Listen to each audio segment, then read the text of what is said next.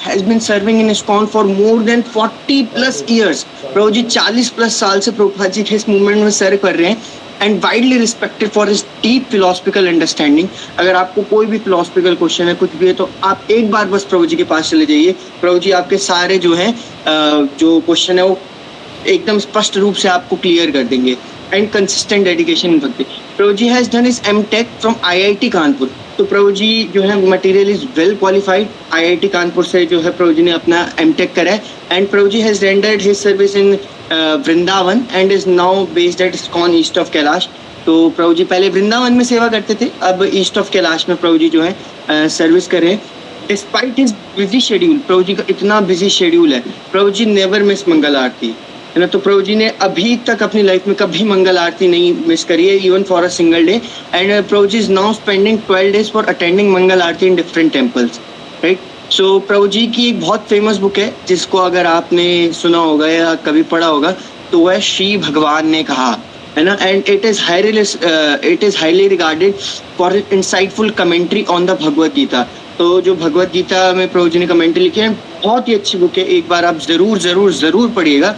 And उसको एक बार जो है एक बार उसका देखिएगा कि कितना अच्छे से प्रभु जी ने उसे लिखा है। And Prabhu ji strictly adheres to attending Mangal Aarti Bhagavatam class in the morning and Gita class in the evening. तो आप जब भी ईस्ट ऑफ कैलाश मंदिर में जाएंगे आप देखेंगे प्रभु जी कभी शाम को गीता पे लेक्चर दे रहे होंगे और सुबह हमेशा जो है भागवतम के बाद जो है भागवतम में जो कमेंट्री कर रहे होंगे, जो लेक्चर है उसके बाद। तो आप हमेशा प्रभु जी को इंगेज देखेंगे। तो प्रभु जी इतना जो है डीप डिवोशन है भगवान के लिए, प्रभुपाद जी के लिए। तो हम एक बार प्रभु जी का स्वागत करेंगे, हृदय से सब स्वागत करेंगे बाय लाउडली चैंटिंग हरे कृष्ण हरे कृष्ण।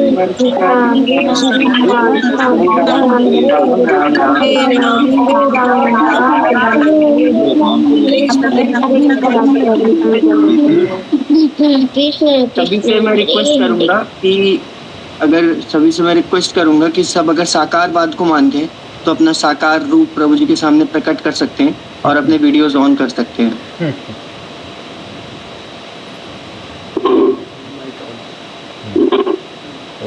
हरे कृष्णा, मेरी आवाज़ आ रही है? यस प्रभु जी। तो मेरे साथ कौन है प्रभु? आपका नाम क्या है? सुबल हरिदास प्रभु। सुबल हरि। तो जब मैं बोलूँगा कुछ पूछूंगा तो आप उत्तर देंगे, मेरे साथ में रहेंगे आप? मतलब प्रभु जी प्रश्न या मतलब सुन रहे हैं, आप सुन रहे हैं तो उसका पता चलेगा कि आप सुन रहे हैं, मेरे साथ हैं। तो एक व्यक्ति कम से कम होना चाहिए। सारे डिवोटीज आपके साथ हैं, कोई चिंता नहीं। सारे डेडिकेटेड डिवोटीज हैं यहाँ पे। तो ठीक है, मॉर्निंग प्रोग्राम। ठीक है, क्या नाम बताया? सुबल हरिदास प्रभु। सुबल हरि, अच्छा ठीक है। तो अभी क्या राधा माधव करना है या ओम अज्ञान तिमिरांधस्य कर लें? आपकी चॉइस है प्रभु जी, आपकी चॉइस है। ठीक है, तो समय हमारे पास कितना है प्रभु जी? 1 घंटा। अच्छा 1 घंटा है ना, ठीक है। तो हम राधा माधव ना करके वो मंगलाचरण बोल देते हैं। तो मैं अकेले ही बोलूँगा कि मेरे साथ में आप बोलेंगे तो वो आगे पीछे हो जाएगी आवाज़, तो मैं खुद ही बोलूँगा। ओम अज्ञानतिमिरान्धस्य ज्ञानाञ्जन शलाकया चक्षुरुन्मीलितं येन तस्मै श्रीगुरवे नमः। श्रीचैतन्यमनोभीष्टं स्थापितं येन भूतले स्वयं रूपः कदा मह्यं ददाति स्वपदान्तिकं। वन्देऽहं श्रीगुरों श्रीयुतपदकमलं श्रीगुरून् वैष्णवांश्च श्रीरूपं साग्रजातं सहगण रघुनाथान्वितं तं सजीवं साद्वैतं सावधूतं परिजनसहितं कृष्णचैतन्यदेवं श्रीराधा कृष्णपादान् सहगण ललिता श्रीविशाखान्वितांश्च। हे कृष्ण करुणां सिन्धो दीनबन्धो जगत्पते गोपेश गोपिका कांत राधा कांत नमोस्तुते। तप्त कांचन गौरांगी राधे वृंदावनेश्वरी। वृषभानुसुते देवी प्रणमामि हरिप्रिये। वाञ्छाकल्पतरुभ्यश्च कृपा सिन्धुभ्य एव च पतितानां पावनेभ्यो वैष्णवेभ्यो नमो नमः। जय श्री कृष्ण चैतन्य प्रभु नित्यानंद श्री अद्वैत गदाधर श्रीवासादि गौर भक्तवृंद। हरे कृष्णा कृष्ण कृष्ण हरे हरे, हरे राम राम राम हरे हरे। नमो विष्णुपादाय कृष्णप्रेष्ठाय भूतले श्रीमते भक्तिवेदांत स्वामिन्निति नामिने। नमस्ते सरस्वती देवे गौरवाणी प्रचारिणे निर्विशेषा शून्यवादी पाशातदेशतारिणे। बहुत बहुत धन्यवाद। तो हमारे साथ में सुबह हरि प्रभु। तो हमारा जो टॉपिक है, एक टॉपिक तो है कि भगवान के जो आध्यात्मिक जगत में विस्तार होते हैं उनकी चर्चा करना है, और दूसरा है भौतिक प्रकृति के जो तत्व उत्पन्न होते हैं सृष्टि के प्रारंभ में, उनकी चर्चा करना है। ठीक है सुबल हरि, आप मेरे साथ हैं सुबल हरि? जी प्रभु। तो पहले भगवान के जो विस्तार हैं आध्यात्मिक जगत में उनकी चर्चा करेंगे। तो ये जो है हम सुन रहे हैं आदि लीला, चैतन्य चरितामृत आदि लीला अध्याय 5। तो प्यार संख्या 73 में बताया गया है, अंशेर अंश जयी कलाकार नाम गोविंदेर प्रतिमूर्ति श्री बलराम। तो ये बता रहे हैं कि भगवान श्री कृष्ण जो कि परिपूर्णतम पुरुष हैं, आदि पुरुष हैं, तो उनके अंश का जो अंश होता है वो कला कहलाता है। तो गोविंदेर आदि पुरुष जो गोविंद हैं, कृष्ण हैं, प्रतिमूर्ति श्री बलराम। तो सबसे पहले जो विस्तार हैं गोविंद के वो है श्री बलराम, है ना। तो इनको आप समझिए अंश हैं या विस्तार हैं या प्रतिरूप हैं, जो भी कहें, वो कृष्ण के सबसे पहले जो विस्तार हैं, अंश हैं, प्रतिरूप हैं, वो कौन है प्रभु बताइए, कौन है बताइए, कौन बताएगा? कोई हाथ खड़ा करके बताना चाहेगा? श्री बलराम बलराम है। हाँ अच्छा। तो तार एक स्वरूप श्री महासंकर्षण, फिर उनके एक स्वरूप हैं। अब स्वरूप कहो या विस्तार कहो या अंश कहो, जो भी हो, तो बलराम जी के बाद जो है कौन होते हैं? महासंकर्षण। ये महासंकर्षण हैं, है ना। तार एक स्वरूप श्री महासंकर्षण, तार अंश पुरुष है कला ते गणन, है ना। तो ये जो महासंकर्षण हैं, जो कि बलराम के स्वरूप हैं या विस्तार हैं या अंश हैं, जो भी कहें, तो वे जो है बलराम के अंश कहें जाएंगे और श्री कृष्ण की कला कही जाएंगी। मतलब कृष्ण के अंश हैं, तो वो कृष्ण की कला है महासंकर्षण, और बलराम जी के अंश हैं, है ना। तो बलराम जी कृष्ण के अंश हैं और बलराम के अंश हैं महासंकर्षण, तो कृष्ण के अंश हो गए, तो कृष्ण की कला हो गए। इस प्रकार से ये समझना है ना। और ये जो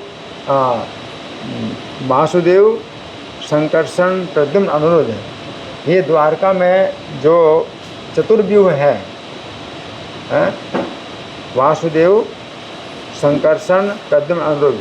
ये द्वारका में जो चतुर्व्यूह है, ये सबसे पहला चतुर्व्यूह है, सबसे कहिए कि ओरिजिनल, जिसको कहें कि सबसे पहला है चतुर्व्यूह।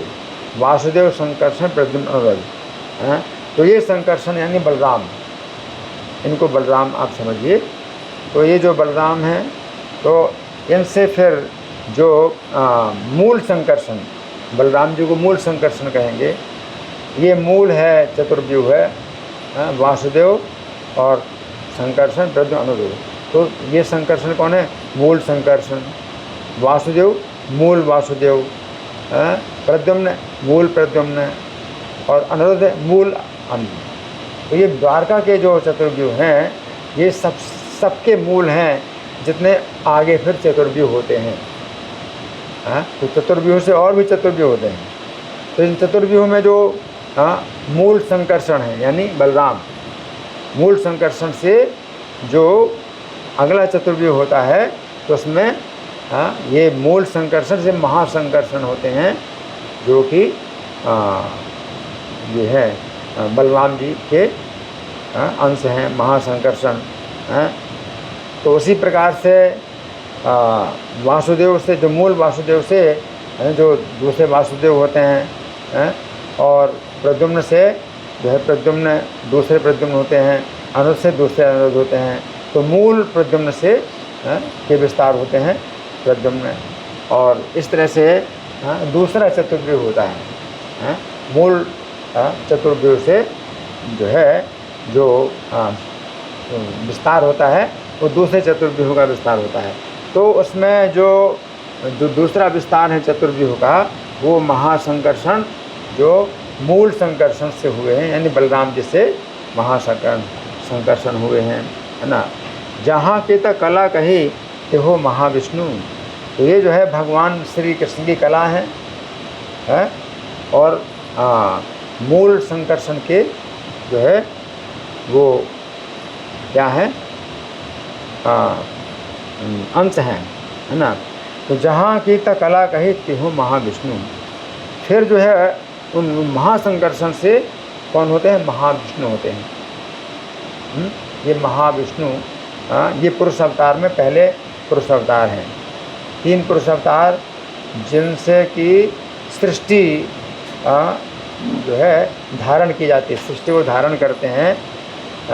सृष्टि को उत्पन्न करने के जो हैं, उत्पन्न करने वाले हैं ये 3 पुरुष अवतार। उनमें से सबसे पहले पुरुष अवतार कौन है? महाविष्णु। महापुरुष अवतारी ते हो सर्व जिष्णु। तो ये जो है महापुरुष जो है क्या है? अवतारी हैं। अवतारी का मतलब सब अवतारों के कारण हैं। और ते हो सर्व जिष्णु, और वे जो है सबको जीतने वाले भी हैं, सबके ऊपर विजय प्राप्त करते हैं। जो आगे के जो विस्तार होते हैं भगवान के, तो उनके ऊपर जो है इनकी विजय है, इनका प्रभाव रहता है ना। फिर गर्भोद क्षीरोद साई दोहे पुरुष नाम। इसके बाद फिर महाविष्णु से जो दूसरे पुरुष अवतार होते हैं वो गर्भोद साई विष्णु होते हैं, और फिर उनके विस्तार होते हैं क्षीरोद साई विष्णु। तो से ही 2 जार अंश विष्णु विश्वधाम। तो ये अंश जो महाविष्णु के अंश हैं गर्भोदक साई विष्णु, और गर्भोदक साई विष्णु के अंश हैं क्षीरोदक साई विष्णु, है ना। इसके बाद फिर वर्णन आता है विष्णुस्तु 3 रूपाणि पुरुषाख्यान्य 2 विधु। कि जो विष्णु के पुरुष नाम के जो अवतार हैं ये 3 हैं। एकम तो महता सृष्टि। तो एक उनमें से जो पहला पुरुष अवतार है वो क्या है कि महत सृष्टि करते हैं, यानी भौतिक शक्ति उत्पन्न करते हैं। द्वितीयम तुण्य संहितम। जो दूसरा अवतार है वो ब्रह्मांड में प्रवेश करता है, यानी कौन है? गर्भोदक साई विष्णु। तृतीयम सर्वभूतस्थम। और जो तीसरा अवतार है वो संपूर्ण प्राणियों के हृदय में निवास करता है। तान ज्ञातव्य मुझसे, तो इन 3 पुरुषावतारों को कोई व्यक्ति जान लेता है तो वो माया से छूट जाता है, माया के प्रभाव से छूट जाता है। यद्यपि कहिए तारे कृष्णेर कला करी, मत्स्य कूर्माद्य अवतारेर तिहु अवतारी। तो जो कारणक साई विष्णु हैं, महाविष्णु हैं, तो ये जो है सभी अवतारों के क्या हैं, अवतारी हैं। यानी मत्स्य अवतार, कूर्म अवतार, जितने प्रकार के अवतार हैं उन सब के ये अवतारी हैं। कौन? महाविष्णु। तो से पुरुष सृष्टि स्थिति प्रलय करता, नाना अवतार करे जगतेर भरता।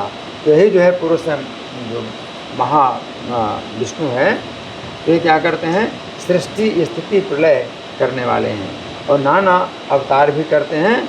जगतेर भरता, जगत के पालक हैं, जगत का पालन करते हैं।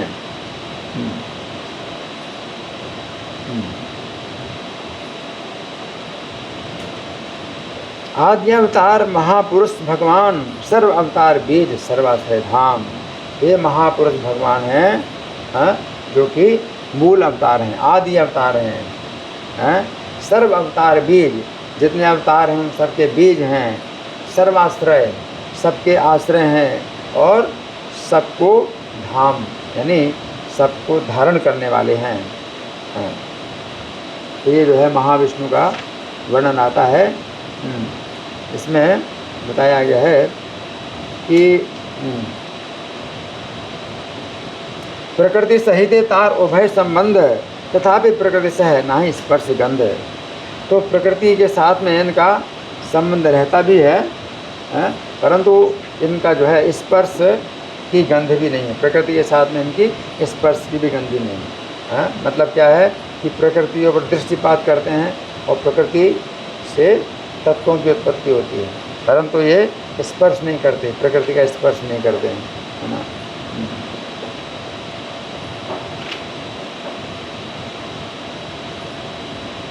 ये जो महापुरुष है कारुण्य साई विष्णु हैं, सहिता पुरुष यार अंश धरे नाम, चैतन्य संगे से नित्यानंद राम। और भगवान चैतन्य के संग में ये जो है नित्यानंद राम है, जो कि बलराम है, साक्षात भगवान है।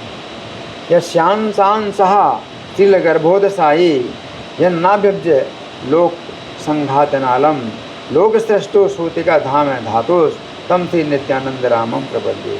तो ये जो है नित्यानंद राम है, जिनके अंश के अंश उनके भी अंश हैं गर्भोदक साई विष्णु, जिनकी नाभि से कमल उत्पन्न होता है और उससे संपूर्ण लोकों के सृष्टा ब्रह्मा जी उत्पन्न होते हैं कमल से। तो नित्यानंद प्रभु जो है जो साक्षात बलराम हैं, तो उनके जो है अंश के अंश गर्भोदक साई विष्णु हैं।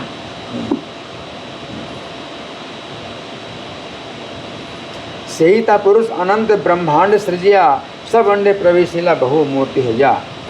तो जो पुरुष है भगवान महाविष्णु, तो वे अनंत ब्रह्मांड की रचना करते हैं और सब अंडे प्रवेशिला बहुमूर्ति है। फिर वो कारुण्य साई विष्णु सब ब्रह्मांडों में प्रवेश करते हैं, उतनी मूर्तियाँ का विस्तार करके।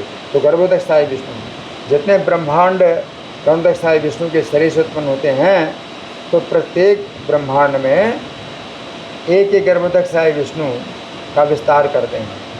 तो एक महाविष्णु है और उनके श्वास से अनंत ब्रह्मांड उत्पन्न होते हैं, अनंत ब्रह्मांड, उनकी संख्या नहीं। और प्रत्येक ब्रह्मांड में कारुण्य साई विष्णु अपना विस्तार करते हैं गर्भोदक साई विष्णु के रूप में, और एक एक ब्रह्मांड में प्रवेश कर जाते हैं। भीतरे प्रवेश ही देखे सब अंधकार। जब भीतर प्रवेश करते हैं तो देखते हैं कि सब अंधकार है, ब्रह्मांड में अंधकार है। क्यों? ब्रह्म का मतलब बड़ा और अंड माने अंडा, एक बड़ा अंडा है, और बड़े अंडे के अंदर जब प्रवेश करते हैं, अगर पूरा चारों तरफ से बंद हो तो क्या होगा? अंधकार ही होगा। तो रहिते नाहे के स्थान करी ले विचार, तो उनके रहने योग्य कोई स्थान नहीं था, तो विचार करने लगे। निजांग स्वेद जल करील सृजन, तो अपने शरीर से ही उन्होंने जो पसीना का जल उत्पन्न किया, अपने शरीर के से पसीने का जल उत्पन्न किया, और सही जल कैला अर्ध ब्रह्मांड भरण, और उस जल से उन्होंने आधा ब्रह्मांड को भर दिया, है ना। उसको गर्भ समुद्र कहते हैं, गर्भ समुद्र कहते हैं। ब्रह्मांड प्रमाण 50 कोटि योजन, आयाम विस्तार दुई है एक सम। तो ब्रह्मांड की जो नाप है 50 करोड़ योजन है। 50 करोड़ योजन का मतलब है कि इसमें 8 से गुणा करें तो मील हो गए, तो 50 गुणे 8 हो गया 400, तो 400 करोड़ मील ब्रह्मांड का जो विस्तार है 400 करोड़ मील है, और उसकी लंबाई और चौड़ाई जो है बराबर है ना। जले भरी अर्ध तहाँ कैला निजवास, आर अर्धे कैले 14 भुवन प्रकाश। तो आधा ब्रह्मांड तो भर देते हैं अपने जल से, और उसके अंदर गर्भोत्कच विष्णु निवास करते हैं, और आधा ब्रह्मांड जो आकाश है, जिसमें खाली आकाश है, उसमें 14 भुवन, जो 14 लोक हैं, तो उनका जो है प्राकट्य होता है। तहाई प्रकट कैला वैकुंठ निज धाम, शेष शयन जले करीला विश्राम। और उसके अंदर जो गर्भ समुद्र है, उसके अंदर उन्होंने अपना एक वैकुंठ धाम प्रकट किया है, और उसमें शेष शैया पर जो है वो विश्राम करते हैं, गर्भोत्कच विष्णु। अनंत से याते तहाँ करीले शयन, सहस्त्र मस्तकता सहस्त्र वदन। तो अनंत की शैया यानी शेष की शैया पर वो शयन करते हैं, और उनके 1000 मस्तक हैं और 1000 मुख हैं। तार नाभि पद्म है ते उठिल एक पद्म, तो उनकी नाभि से एक कमल उत्पन्न होता है। वो कौन से विष्णु हैं जिनकी नाभि से कमल उत्पन्न होता है, बताइए, हरि बोल, कौन बताएगा?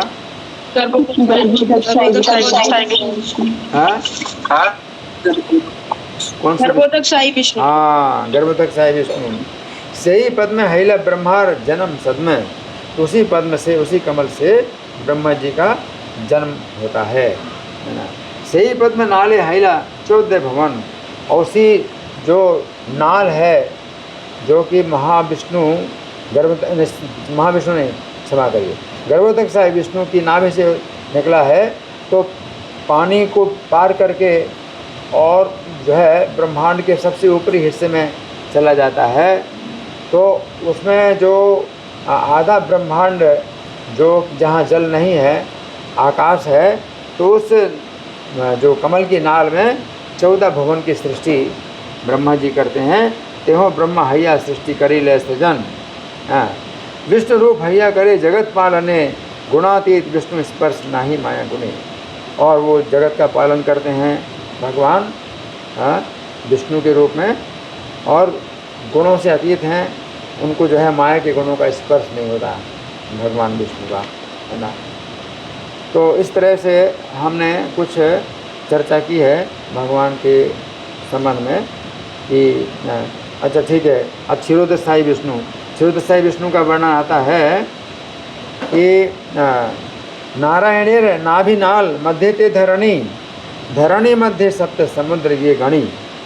तो भगवान की जो है नाभि से जो है जो नाल निकलती है, तो उस नाल में बीच में धरणी है, पृथ्वी है, और पृथ्वी के बीच में 7 समुद्र की गणना होती है, पृथ्वी के बीच में है। तो वहाँ उनमें से जो है जो क्षीर सागर होता है, 7 समुद्रों में से जो एक क्षीर सागर होता है, तहाँ क्षीरो दधि मध्य श्वेत द्वीप नाम। तो जो क्षीर सागर है, पृथ्वी के 7 समुद्र में जो क्षीर सागर है, अगर उसको देखा जाए तो 5वें नंबर का क्षीर सागर है। तो क्षीर सागर के बीच में श्वेत द्वीप में एक द्वीप है जिसका नाम श्वेत द्वीप है। पालयिता विष्णुतार सही निज धाम, और वो पालन करता विष्णु का जो है वो धाम है, उसमें वो निवास करते हैं श्वेत द्वीप में। सकल जीवेर त्यों है अंतर्यामी, और वही क्षीरोदक्षाय विष्णु सब जीवों के हृदय के अंदर अंतर्यामी रूप में निवास करते हैं। जगत पालक हूँ जगत तेरे स्वामी, पूरे जगत का पालन करते हैं और वे जगत के स्वामी हैं। इस तरह से हमने कुछ चर्चा की आपसे, जो भगवान के अवतार, जो भगवान के विस्तार होते हैं, जो कि सृष्टि के बाहर हैं, आध्यात्मिक आकाश में है, जिसको परव्योम बोलते हैं, उसमें भगवान के विस्तार इस प्रकार होते हैं। लेकिन जो मायावादी लोग होते हैं तो वो जो है क्या मानते हैं कि मुक्ति जो होती है जीव की, तो उसमें जो है एक निर्विशेष ब्रह्म ज्योति होती है और उसमें कोई वैरायटी नहीं, विविधता नहीं है। तो ये सब जो है बातें मूर्खता की हैं, जो कि मायावादी लोग, निर्विशेषवादी लोग ऐसा मानते हैं। निर्विशेषवादी लोग मानते हैं कि इस भौतिक संसार में तो वैरायटी वगैरह जो है ना, परंतु आध्यात्मिक जगत में कोई वैरायटी नहीं है, केवल एक निर्विशेष ज्योति है और उसमें कोई क्रिया नहीं है, कोई आकार नहीं है। तो इस तरह से जो बताते हैं कि निर्विशेष है वो या शून्य है वो, तो इनका जो है खंडन किया प्रभुपाद ने। तो प्रभुपाद का जो प्रणाम मंत्र हम बोलते हैं तो क्या बोलते हैं? निर्विशेष शून्यवादी पाश्चात्य जैसे तारिणी।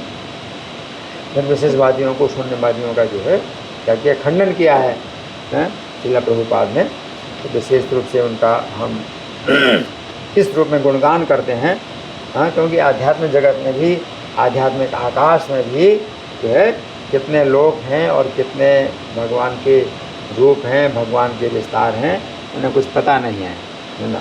तो ये तो हमने चर्चा की आध्यात्मिक आकाश की, परव्योम की, जहाँ भगवान अपने कुछ विस्तार करते हैं। अब हम चर्चा करेंगे भौतिक सृष्टि में।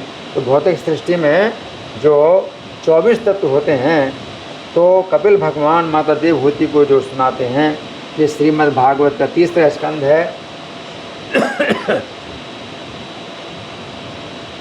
3रा स्कंध है और अध्याय 26 है। श्लोक संख्या 11। पंचभिर्ब्रह्म चतुर्भिर्दशभिस्तथा एतत् चतुर्विंशतिकं गणम प्राधानिकम विदुः। तो इसमें बताया है कि जो विद्वान लोग हैं वो भौतिक सृष्टि के 24 तत्वों की गणना करते हैं। कैसे? तो एक 5 तत्वों का अलग समूह है, फिर दूसरे 5 तत्वों का अलग समूह है, फिर 4 तत्वों का अलग समूह है, फिर 10 तत्वों का समूह है। तो 5 और 5 और 4 और 10 कितना हुआ? 5 और 5 फिर 4 फिर 10 कितना हुआ? कौन बताएगा? 24 कितना हुआ? 24। हाँ, 24 तत्व है। 24 तत्व है। हाँ, ठीक है। अच्छा, सबसे पहले जो 5 हैं वो क्या है? भू रापो अग्निर नभर मरुण नभा। भू माने पृथ्वी तत्व है, जल तत्व है, अग्नि तत्व है, वायु तत्व है और आकाश तत्व है। ये पंच महाभूत। तो 24 तत्वों में 5 तत्व कौन है? पंच महाभूत, पृथ्वी जल अग्नि वायु आकाश।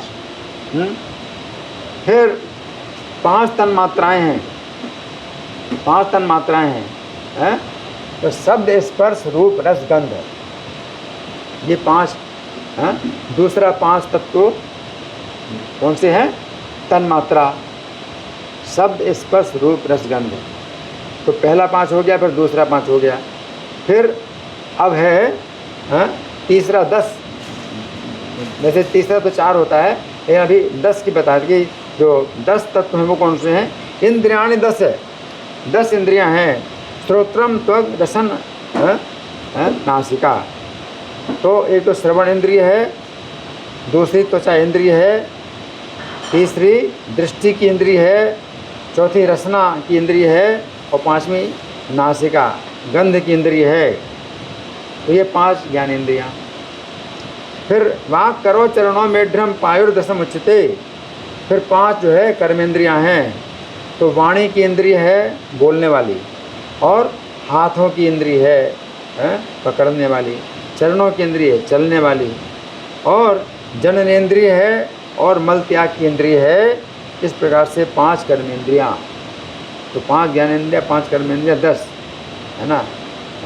इसके बाद फिर 4 अंतःकरण, 4 अंतःकरण हैं जो कि सूक्ष्म इंद्रियां कहते हैं।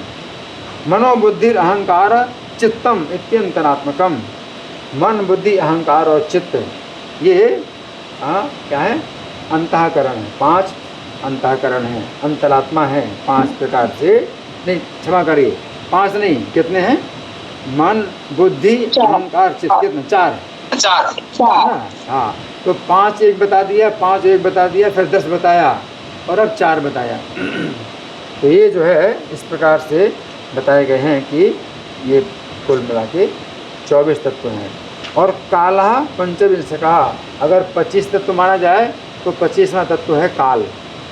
काल तत्व 25वां तत्व है ना। इसके बाद फिर हम समझेंगे, कपिल भगवान तो बहुत विस्तार से बताते हैं, लेकिन हम अब थोड़ा समझेंगे अहंकार। अहंकार तत्व से क्या होता है?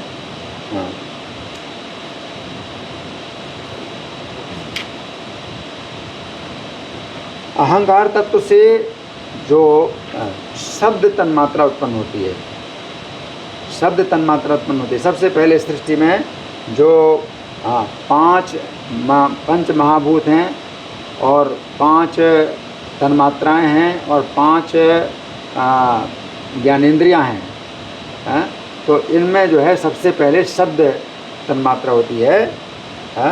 तो उसको बताया गया है कि तामसी अहंकार, जो अहंकार है तो 3 प्रकार का है, सात्विक अहंकार और राजस अहंकार और तामस अहंकार। तो जो तामस अहंकार है तो उससे सबसे पहले उत्पन्न होता है शब्द। तामसा च विकुर्वाणात् भगवद वीर चोदितात् शब्द मात्रम अभूत तस्मा नभा स्तोत्रम तो शब्दगम। अब इसको हम समझें कि 5 जो महाभूत है, पंच महाभूत हैं, वो कैसे उत्पन्न होते हैं, और उसके साथ साथ 5 तन्मात्राएं और 5 ज्ञानेंद्रियां कैसे उत्पन्न होती हैं, इनका हम जो है थोड़ा वर्णन समझेंगे। तो इसमें आप समझिए, सबसे पहले अहंकार, या तामसी अहंकार से शब्द तन्मात्रा होती है। मतलब पृथ्वी नहीं है, जल नहीं है, वायु नहीं, अग्नि नहीं है, वायु नहीं है, आकाश भी नहीं है, कुछ नहीं है। सबसे पहले क्या होता है? शब्द, शब्द तन्मात्रा होती है। और शब्द तन्मात्रा से फिर आकाश की उत्पत्ति होती है। आकाश की उत्पत्ति है। शब्द मात्रम अभूत तस्मा नभा श्रोत्रम तो शब्दगम। आकाश की उत्पत्ति शब्द से, और उसके साथ साथ श्रवण इंद्रिय भी उत्पन्न होती है सुनने की, जो कि शब्द को सुनती है। तो श्रवण इंद्रिय 5 इंद्रियों में सबसे पहली इंद्रिय कौन सी है? श्रवण इंद्रिय जो उत्पन्न हुई। और पंच महाभूतों में सबसे पहले जो महाभूत है वो आकाश से वो उत्पन्न हुआ। और जो 5 तन्मात्राएं हैं उनमें सबसे पहले शब्द हुआ। तो आप समझ गए, पंच तन्मात्राओं में सबसे पहले कौन सी तन्मात्रा उत्पन्न हुई? बताइए, कौन बताएगा? हाँ, शब्द। स्पर्श भी नहीं था और रूप भी नहीं है, रस भी नहीं, गंध भी नहीं है, सबसे पहले शब्द होता है। और शब्द से आकाश की उत्पत्ति होती है और श्रवण इंद्रिय भी उत्पन्न होती है। तो आकाश में आप शब्द सुनते हैं, है ना। तो इसको जो है आप समझते जाइए एक करके, है। अब जो शब्द का जो लक्षण है वो क्या है? अर्थाश्रयत्वम शब्दस्य द्रष्टुर्लिंगत्वम एवं। जो शब्द की परिभाषा कैसी होती है कि किसी पदार्थ के अर्थ को वहन करता है, किसी पदार्थ के अर्थ को वहन करता है, अर्थ बताता है। अगर आप कुछ बोलते हैं तो उस पदार्थ का अर्थ समझ में आता है कि ये वो चीज़ पदार्थ है। और द्रष्टुर्लिंगत्वम एवं। अगर ओट में खड़ा हुआ वक्ता है तो शब्द से पता चलता है कि यहाँ कोई है, ओट में खड़ा है तो भी उपस्थिति पता चलती है कि वो खड़ा है, कोई वक्ता बोल रहा है, ठीक है ना। अगर नहीं भी दिखाई दे रहा है, किसी की ओट में खड़ा हुआ है, पेड़ के मान लो ओट में खड़ा हुआ है, तो अगर वो आवाज़ करता है तो आपको पता चलता है, उस शब्द के द्वारा पता चलता है कि बोलने वाला पेड़ की ओट में खड़ा है ना। तो इसको जो है हम कहते हैं कि शब्द का जो है ये परिभाषा है। और आकाश की परिभाषा क्या है? भूतानां छिद्र दातृत्वम, सब प्राणियों को जो है स्थान देता है। आकाश की परिभाषा क्या है? सभी प्राणियों को स्थान प्राप्त होता है।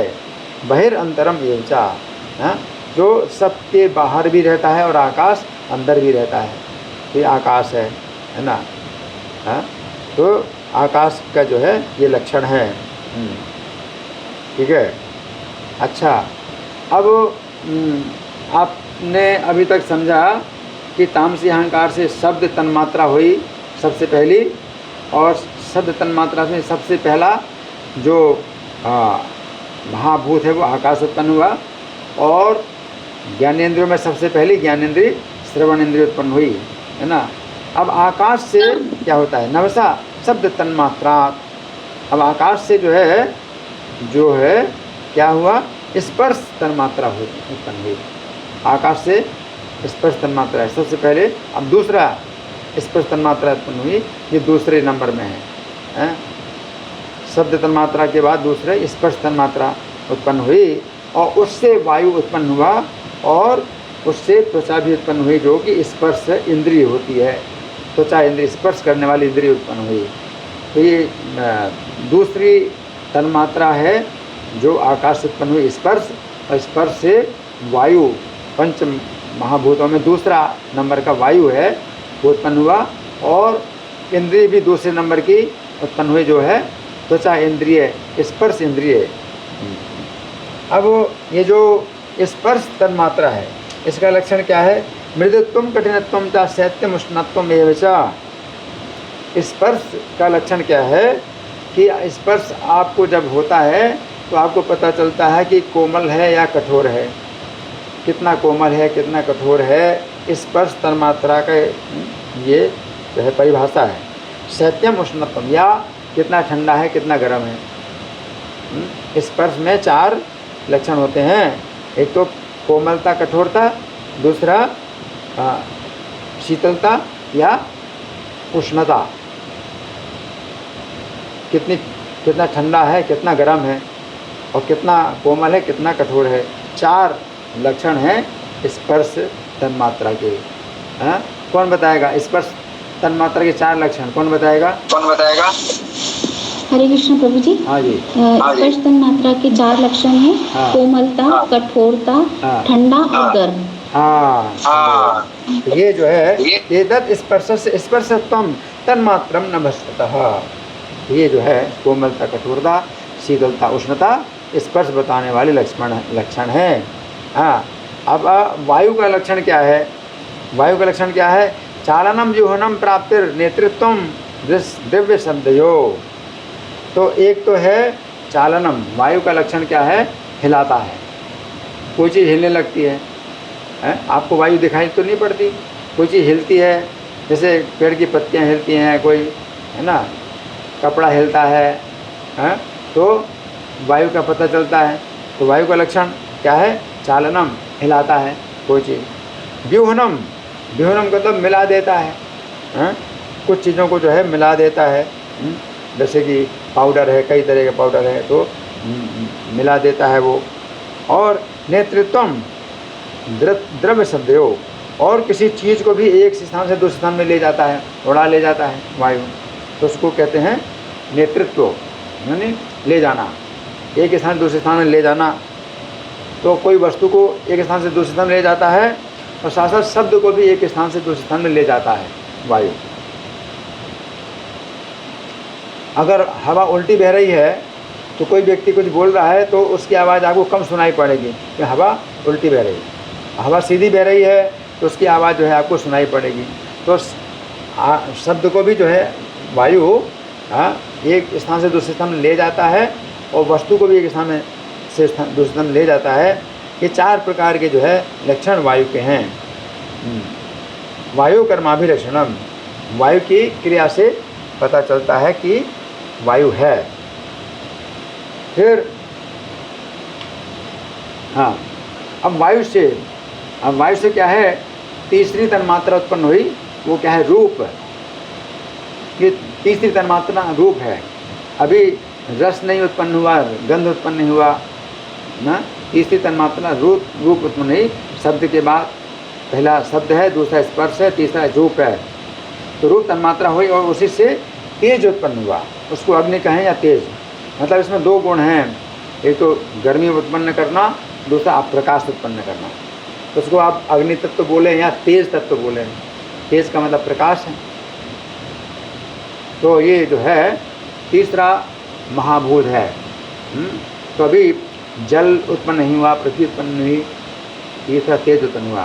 पहला महाभूत है आकाश, दूसरा वायु, तीसरा तेज या अग्नि हुआ। तो रूप तन्मात्रा से अग्नि उत्पन्न हुई और उसी के साथ में चक्षु इंद्रिय उत्पन्न हुई, जो देखने वाली है ना। तो वायु से स्पर्श तन्मात्रा रूपम दैवे ऋताभूत समुद्रतम तदस्तेज चक्षु रूपोपलम्बनम। जो चक्षु इंद्रिय है वो रूप का दर्शन करती है, रूप को देखती है ना। अब रूप के लक्षण क्या है? द्रव्याकृतित्व गुणता, कि किसी भी चीज़ की जो है आकृति का पता चलता है। रूप का मतलब क्या है? किसी चीज़ की आकृति का पता चलता है। और गुणता, उसके गुण पता चलते हैं। और उसका दृष्टि, उसका मतलब विशेष रूप से, ठीक है, वही आकार ही है, आकार है, उसके गुण हैं या उसका रूप रंग है। तो रूप और रंग का हमें पता चलता है, तो ये रूप का लक्षण है। और तेजस्तम तेजसा साध्वी रूप मात्र से वृत्तिहा, अग्नि का जो रूप है उसके तेज से जाना जाता है। तो ये है। अच्छा, अग्नि का लक्षण क्या है? अग्नि का लक्षण क्या है? द्योतनम पचनम पानम अदनम हेममर्दनम। द्योतनम का मतलब अग्नि का लक्षण है प्रकाश पैदा करना, पहला। दूसरा पचनम, पकाना या पचाना, यानी भोजन पचाना। अग्नि का दूसरा लक्षण है पचाना। और तीसरा लक्षण है पानम, पीना है। जैसे पानी डाल दो तो पानी जो है पी जाती है, आग पानी पी जाती है, तो पानम। अदनम, अदनम माने खाना। आप अगर भोजन भी करते हैं, खाना, तो अग्नि जो मुख में होती है उसी से आप खा पाते हैं, तो खाना भी है। हेममर्दनम, और सर्दी को दूर करना। अगर ठंड लग रही है तो अग्नि से क्या करेगी? ठंड को दूर करेगी। तेजसा वृत्तिहा यथा शोषणम, और वाष्पीकरण करना, ये भी पानी को जो है वाष्प रूप में परिवर्तित करना। फिर क्षुत्रिट, और भूख पैदा करना और प्यास पैदा करना। अग्नि के ये कितने लक्षण हो गए? पहला है द्योतनम, प्रकाश पैदा करना। दूसरा पचनम, यानी पकाना, भोजन पकाना और भोजन पचाना, दोनों चीज़ें। भोजन पकाया जाता है और भोजन शरीर में पचाया जाता है। तो दूसरा पचनम, और तीसरा है पानम, पीना, यानी पानी को पी लेती। और चौथा है चौथा है अदनम, खाना है। तो खाना का मतलब अग्नि जो है खा जाता है। जैसे कोई भी चीज़ अग्नि में डालते हैं तो अग्नि भक्षण कर, सर्वभक्षी भी कहा जाता है। अग्नि सब कुछ जो है मतलब खा जाता है। तो अदनम का मतलब खाना भी है, कि आग जो है हर चीज़ को खा लेती है ना। और 1, 2, 3, 4 और 5वां है हेममर्दनम, सर्दी को विनष्ट करना, 5वां। और 6वां है शोषणम, यानी वाष्पीकरण कर देना। और 7वां है क्षुत, यानी भूख पैदा करना। 8वां प्यास पैदा करना। तो 8 लक्षण जो है अग्नि के हैं, ठीक है। अच्छा, तो इस तरह से हमने अभी समझा कि 3 महाभूत उत्पन्न हुए, आकाश, वायु, अग्नि। अब अग्नि से रस तन्मात्रा उत्पन्न हुआ है। तो ये क्या है? रूप मात्रा द्विगुण बाणात तेजसो देव चोरित रस मात्रम अभूत तस्मात् अम्भो देवा रसग्रह। तो अब तेज तत्व से या अग्नि तत्व से रस तन्मात्रा उत्पन्न हुई और उससे जल हुआ उत्पन्न, और जल के साथ में जिह्वा इंद्रिय भी उत्पन्न हुई जो कि रस को ग्रहण करती है ना। कषायो मधुरस्तिक्ता कटुम्ल इति नेकधा। तो जो रस तन्मात्रा है तो उसमें कई प्रकार के उसमें क्या होते हैं, रस स्वाद होता है कि कोई चीज़ जो है कसैला है, जो कोई मीठा है, कोई तीखा है, कोई चीज़ कड़वी है, कोई चीज़ खट्टी है, कोई चीज़ नमकीन है। तो कई प्रकार के जो रस हैं, स्वाद हैं, ये रस के लक्षण हैं, है ना। अब जल के लक्षण क्या है? क्लेदनम पिंडनम तृप्ति प्राणान, प्राणन आप्यायन कुंदनम ताप अपनोदः भूयस्त्वम अम्बसा वृत्तया इमा, है ना। तो जल के लक्षण जो है कितने हैं? पहला है क्लेदनम, गीला कर देना। किसी भी चीज़ में मतलब अगर गिर जाएगा तो गीला कर देगा, ज़मीन को गीला कर देगा, कपड़ों को गीला कर देगा। तो जल का लक्षण पहला है क्लेदनम। दूसरा है पिंडनम, पिंड बना देना। जैसे मिट्टी में आप मिलाते हो जल तो पिंड बन जाता है, आटा में मिलाते हो जल तो आटे का पिंड बन जाता है, तो पिंडनम। फिर तृप्ति, तृप्त करना। आप पानी पीते हैं तो आपको तृप्ति का अनुभव होता है, तो तीसरा तृप्ति। प्राणन, प्राणन ये चौथा लक्षण है, जीवित रखना, तो जीवन देना है। कोई मर रहा है तो उसको पानी मिलता है तो जो है उसके प्राणों की रक्षा होती है। प्राणन। आप्यायन, आप्यायन का मतलब तरोताज़ा रखना। कोई चीज़ जो है अगर सब्जी है सूख रही है तो पानी छिड़कते रहते हैं, तो उसमें क्या होता है? तरोताज़ा। आप्यायन। कुंदनम, मुलायम बनाना है, तो पानी डाल देते हैं तो फिर वो मुलायम बन जाता है, कठोरता से कोमल बन जाता है। फिर ताप अपनोदः, और गर्मी को भगाना, ये जो है भूयस्त्वम। और प्रचुरता, इसमें जो है फैलना, भूयस्त्वम का मतलब फैलता है। तो पानी अगर डालते हैं तो फैल जाता है, थोड़ा सा पानी भी जो है काफ़ी फैलता है प्रचुरता से। वृत्तिहास्तिमा। तो ये जो है जल के लक्षण हैं। कितने लक्षण हो गए? पहला लक्षण है क्लेदनम, गीला करना। दूसरा लक्षण है पिंड बनाना, और तीसरा लक्षण है तृप्ति, तृप्ति का अनुभव करना। और चौथा लक्षण है प्राणन, जीवित रखना। और पांचवा लक्षण है आप्यायन, तरोताज़ा रखना। और छठा लक्षण है कुंदनम, मुलायम बनाना है। और सातवां लक्षण है ताप अपनोदः, ताप को भगाता है। और आठवां लक्षण है भूयस्तम, प्रचुरता से जो है वो फैल जाता है। तो ये कितने लक्षण हो गए? कौन बताएगा? 8 लक्षण हो गए। 8 लक्षण हो गए। हाँ, 8 लक्षण हो गए। पहला लक्षण क्या है? पहला लक्षण कौन बताएगा? पहला लक्षण गीला करना, गीला करना, क्लेदनम, ठीक है। दूसरा लक्षण पिंड बना, हाँ, पिंड बना देना। तीसरा लक्षण तृप्ति, तृप्त करना। पानी पीते हैं तो आपको तृप्ति होती है, यानी प्यास बुझ जाती है ना। फिर चौथा लक्षण प्राणन, जीवित रखना। चौथा लक्षण जीवित रखना, प्राणन। और पांचवा लक्षण कौन ताजा रखना, तरोताज़ा रखना, है ना। वो जो है सूखने नहीं देना, तरोताज़ा रखना। कितने हुए? 5 हो गए ना। कितने हुए? 5 हुए। हाँ, 5। छठवां क्या है?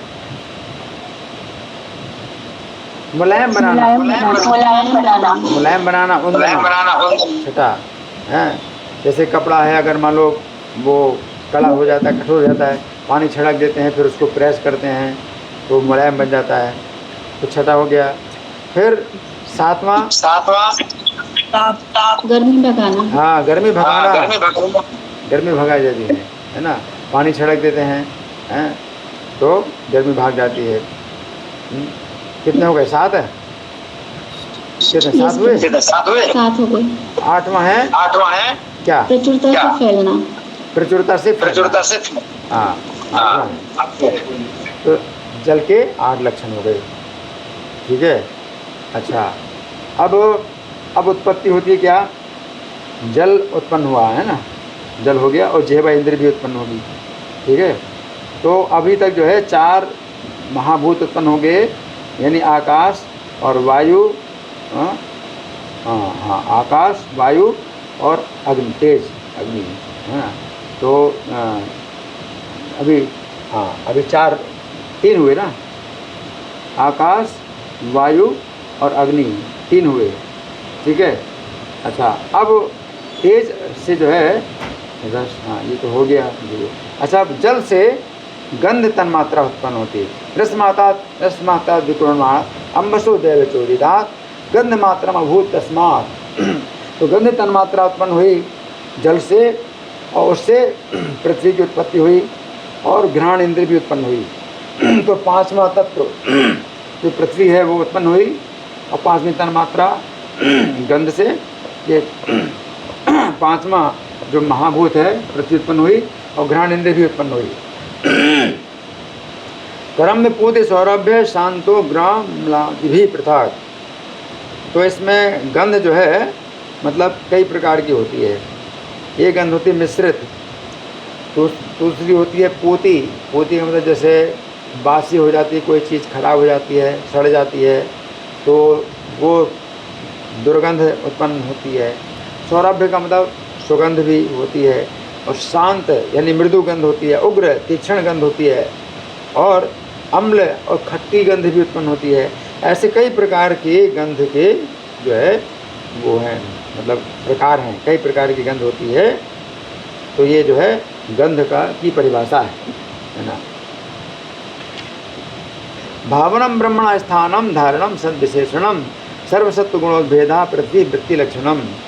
तो पृथ्वी के जो है अब लक्षण कितने हैं वो आप देखिए। पहला है भावनम। भावनम का मतलब है कि मूर्ति जैसा रूप, भगवान की मूर्ति बनती है तो पृथ्वी तत्व से मूर्ति। भावनम ब्रह्मण स्थानम, आवास स्थान भी जो है आप बनाते हैं, अपना घर भी बनाते हैं पृथ्वी से, तो दूसरा लक्षण है घर बनाते हैं।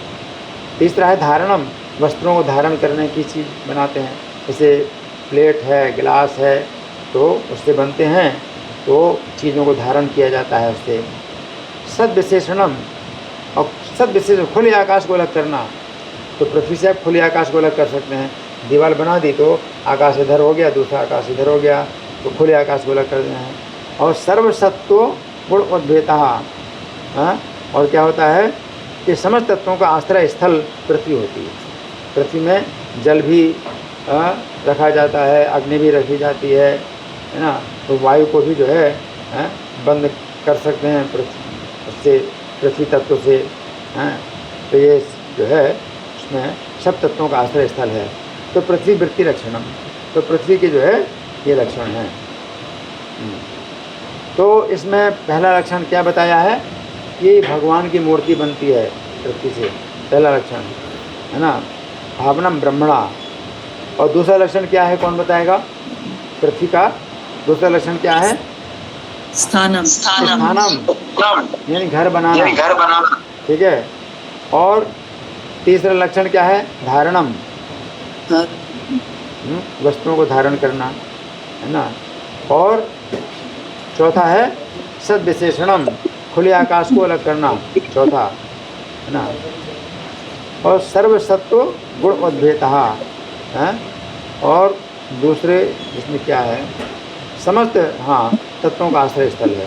तो पृथ्वी में ध्वनि, आकाश, वायु, अग्नि, जल जैसे ये चीज़ें देखी जाती हैं।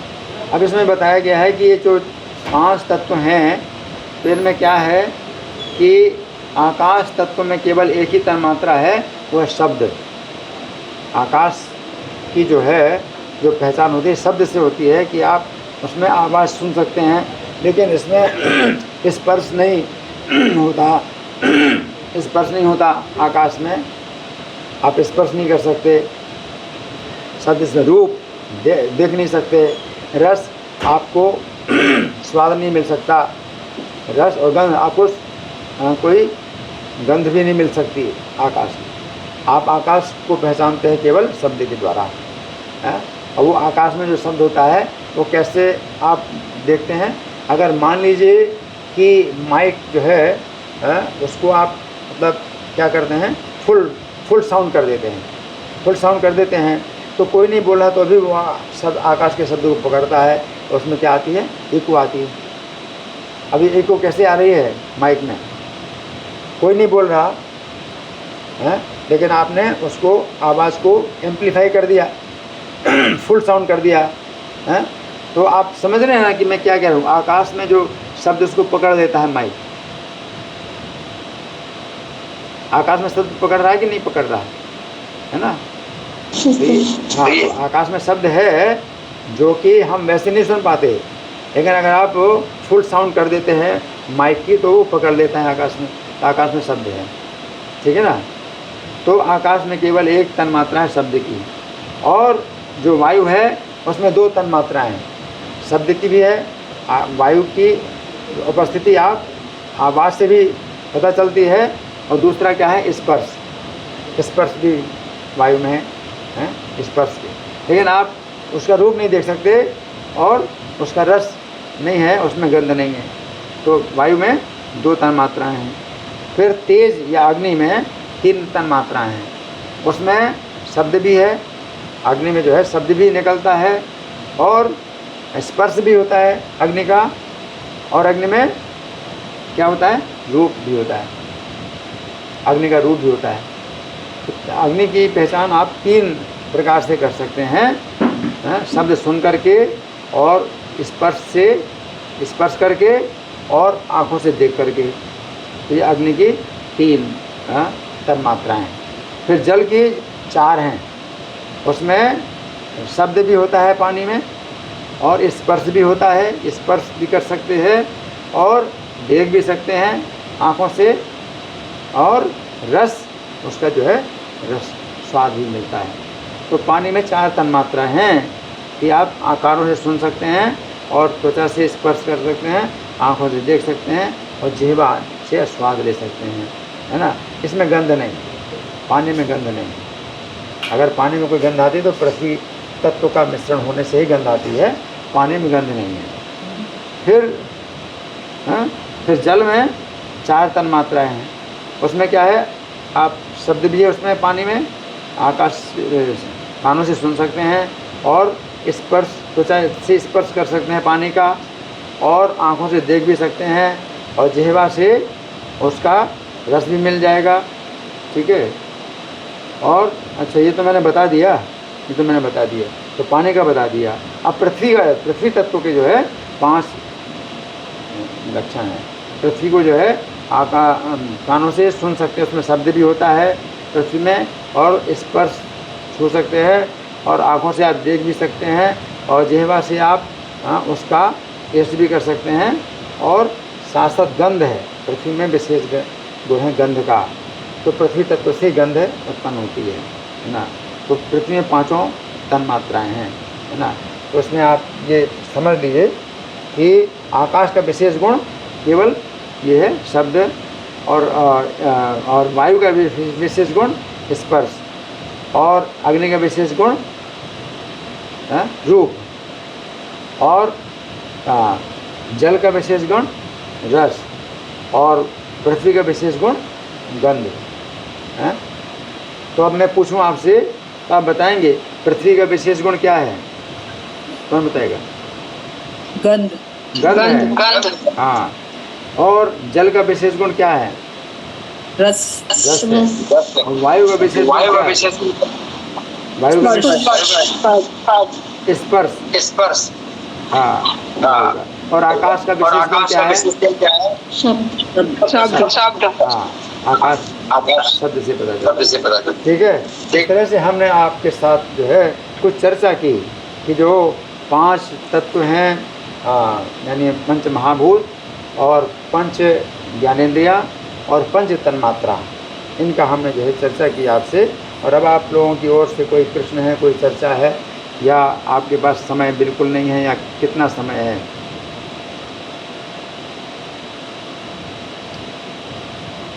1 2 क्वेश्चन आई गेस प्रभु जी हम ले सकते हैं। तो किसी को कोई प्रश्न को दीक्षा माता जी का कुछ देखना है जी कुछ अपन में। हरे कृष्ण प्रभु जी, सादर करें। जी। प्रभु जी मुझे ये पूछना था, आपने स्टार्टिंग में चतुर्व्यूह के बारे में बताया था। फिर से जोर से बोलो। प्रभु जी वो चतुर्व्यूह के बारे में बताया था प्रभु हाँ जी, हाँ चतुर्व्यूह हाँ हाँ वो बता दीजिए प्रभु जी दोबारा। हरे कृष्ण। चतुर्व्यूह का जो है हमने बहुत ज़्यादा अध्ययन नहीं किया, लेकिन ये जो है भगवान का जो पूर्ण अवतार होता है तो उसमें चतुर्व्यूह की विशेषता होती है। चतुर्व्यूह जैसे कि भगवान जो है द्वारका में जो निवास करते हैं तो वो चतुर्व्यूह क्या हैं, वासुदेव और संकर्षण, प्रद्युम्न और अनिरुद्ध, ये चतुर्व्यूह हैं द्वारका में, है ना। फिर विष्णु तत्व हैं और ये चतुर्व्यूह हैं, है ना। उसी प्रकार से श्री राम का जो अवतार होता है तो राम है, लक्ष्मण है, भरत है, शत्रुघ्न, ये चतुर्व्यूह। तो इनको हम इसी प्रकार से मान सकते हैं कि वो द्वारका के जो चतुर्व्यूह हैं वो भी राम अवतार में हैं। तो आप समझ सकते हैं कि जो श्री राम हैं वो वासुदेव हैं, और जो लक्ष्मण जी हैं वो संकर्षण हैं, भरत जी हैं वो प्रद्युम्न हैं, और शत्रुघ्न जी हैं अनिरुद्ध हैं। तो वासुदेव, संकर्षण, प्रद्युम्न, अनिरुद्ध, इन चतुर्व्यूह। तो ये अवतार की कोई विशेषता होती है कि जहाँ भगवान का चतुर्व्यूह होता है तो वो विशेष पूर्णता होती है उस अवतार की, है ना। और इसके अलावा जो दूसरे चतुर्व्यूह होते हैं तो उनके कार्य को हमने अभी नहीं समझा। केवल जो संकर्षण हैं बलराम, उनका हमने मतलब उनके कार्य को हमने समझा कि उनके जो है द्वारा जो है विस्तार होता है महाविष्णु का। तो वो संकर्षण जो द्वारका के संकर्षण हैं उनसे महाविष्णु का, महासंकर्षण का विस्तार होता है। और महासंकर्षण से फिर वो करुणदक्षाय विष्णु होते हैं, करुणदक्षाय विष्णु से गर्भदक्षाय विष्णु होते हैं, गर्भदक्षाय विष्णु से क्षीरोदक्षाय विष्णु होते हैं।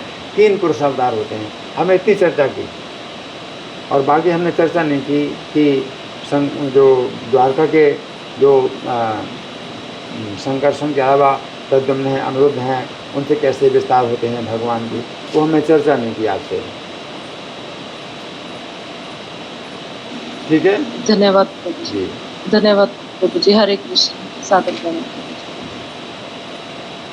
और किसी और का भी हैंड रेज है, तेजस्विनी माता जी, आप भी अपना प्रश्न पूछो। जी हरे कृष्ण प्रभु जी, धन प्रणाम। जी प्रभु जी मेरा प्रश्न भी चतुर्व्यूह से रिलेटेड ही था कि जैसे बलराम जी से ही मतलब मूल संकर्षण और फिर मतलब सारे चतुर्व्यूह एक्सपेंड होते हैं। तो प्रभु जी मतलब जैसे बचपन में हम जैसे सुनते थे कि बलराम जी जो हैं वो लक्ष्मण जी हैं, फिर वो मतलब वो ही शेष हैं, लेकिन यहाँ पे हम देख रहे हैं कि महाविष्णु भी वो ही विस्तार कर रहे हैं। लेकिन हमने सुना था महाविष्णु तो मतलब कृष्ण हैं और फिर बलराम जी जो हैं वो शेष हैं। तो मतलब ये थोड़ा सा कंफ्यूजन हो जाता है कि बलराम जी हाँ, इस पर हमें विचार करना पड़ेगा कि बलराम जी से जो है जो महासंकर्षण होते हैं और महासंकर्षण से फिर जो कामदक्षाय विष्णु होते हैं, तो ये इस तरह से बताए तो गए हैं, लेकिन जो आप बता रहे हैं तो वो भी मतलब विचार करना पड़ेगा कि जो महाविष्णु भी हैं तो वो जो शेष शैया में जो शयन करते हैं तो वो बलराम जी के अवतार हैं। अब इसको जो है कैसे हम समझें, अभी हमें विचार करना पड़ेगा, अभी मैं बता नहीं सकता इस चीज़ को। ठीक है। ओके प्रभु जी। और प्रभु जी तन्मात्रा का मतलब एग्जैक्ट लिटरल मीनिंग क्या होता है? मतलब अगर उसे विषय बोलते हैं, जैसे शब्द, स्पर्श, रूप, रसगंध, ये जो है 5 विषय हैं, इंद्रियों के विषय हैं। जो श्रवण इंद्रिय है इसका विषय क्या है? शब्द यानी ध्वनि। और ये इंद्रिय जो है भोगना चाहती है अपने विषयों को। तो आप विषयों को भोगना चाहते हैं तो जो श्रवण इंद्रिय के द्वारा आप मधुर शब्द भोगना चाहते हैं, है ना। तो इंद्रियों का विषय है शब्द, तन्मात्रा का मतलब विषय है। तो स्पर्श इंद्रिय का जो विषय है स्पर्श है, स्पर्श को आप भोगना चाहते हैं। स्त्री पुरुष का जो स्पर्श है वो भी एक विषय है। तो ये स्पर्श इंद्रिय का विषय है, उसको विषय भोग हम विषय भोग करते हैं, इस विषय का भोग करते हैं। चक्षु इंद्रिय है तो इसका जो है विषय क्या है, रूप है। तो अनेक प्रकार के रूप हैं, सिनेमा लोग देखने जाते हैं और ड्रामा है, नाटक है, तो वो जो है ये चक्षु इंद्रिय का जो है विषय होता है रूप। जिह्वा इंद्रिय का विषय है रस, तो कई प्रकार के रस आप जो है खा करके आप जो है इनका भोग करते हैं। तो ये जो है जिह्वा को आप भोगते हैं, जिह्वा के द्वारा आप भोगते हैं कई प्रकार के रसों को। और घ्राण इंद्रिय है, उसका विषय क्या है, गंध है, तो आप उसको भोगते हैं कि कैसी कैसी गंध है, तो आप जो उसको भोगना चाहते हैं। तो 5 इंद्रियां जो है, जो ज्ञानेंद्रियां हैं, उनके 5 अलग अलग विषय हैं। ठीक है जी, धन्यवाद प्रभु जी। हरे कृष्ण। ठीक है जी, हो गया हरे कृष्णा। जी। तो जिन्हें इतने अच्छे से हमारे जो प्रश्न भी लिए, बाय लाउडली चैंटिंग हरे कृष्णा हरे कृष्णा कृष्णा कृष्णा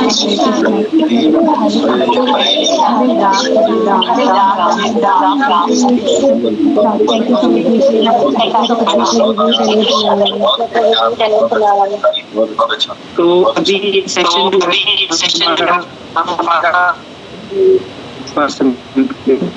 तो हम ये सेशन जो है, ये सत्र जो हमारा चल रहा है, इसको हम कंटिन्यू करेंगे कल विद सेम एनर्जी। और प्रभु जी हमारे साथ फिर सेम टाइम पे जुड़ेगी।